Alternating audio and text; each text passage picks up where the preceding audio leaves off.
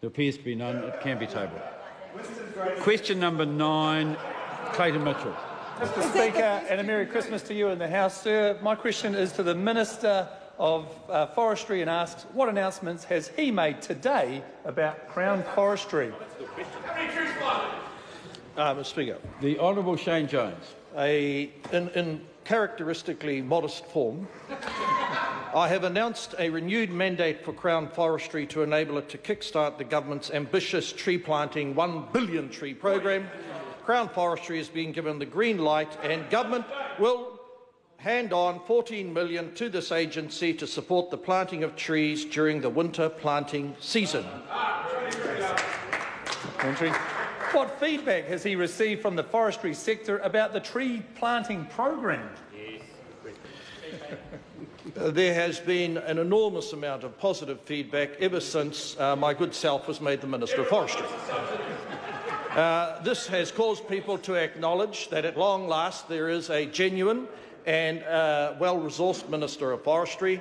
They support the clear direction reflected for forestry in the mix of policies driving our OIO approach, and more importantly, they are approaching people from the regions are approaching me with land to begin the tree planting program. Exactly. Supplementary. What work will Crown Forestry do with natives?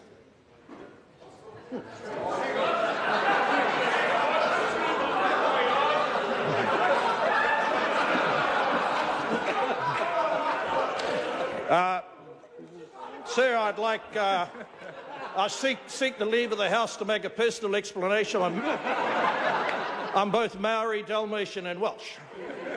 Sir, insofar as the native nephews go, boots will be laced, spades will be handed out, and they will stride across the landscape, planting as they go. Insofar as native trees, sir, there will be a significant improvement so we don't suffer the further political pathogens from the other side of the House as cowries die before our eyes. The Honourable Dr Nick Smith.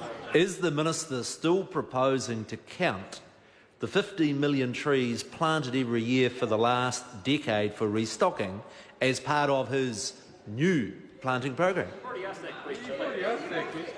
Mr Speaker, in the Prime Minister's speech, the term which was used in relation to our 1 billion tree strategy was program. The program comprises efforts that the industry is already engaged in. It includes improvements to the ETS and, hopefully, with the acquiescence of the Minister of Finance, improvements to the tax system. Insofar as that particular member is concerned, I hope that someone plants hemlock. Point of order, Mr Speaker. Point of order, Mr Speaker. No, I'm going to deal with that one first. That was an unparliamentary comment that will be withdrawn and apologised for. John, apologise. Supplementary.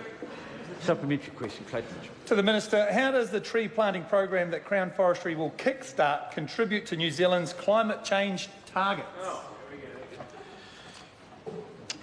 Mr Speaker, in 2030, as a consequence of the last government's inattention, we are likely to face an expense of $34 billion due to the 200 million tonne carbon deficit. That's right.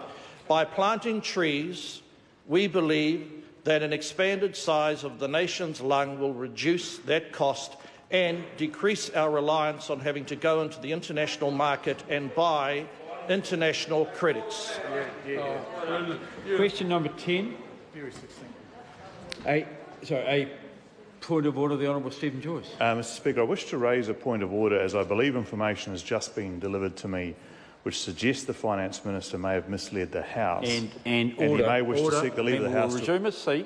Resume his seat and he will consult with members on either side of him who can tell him the appropriate course of action to take if he believes that is the case. The member is out of order, but I don't want to spend an extended time now coaching him on the appropriate approach.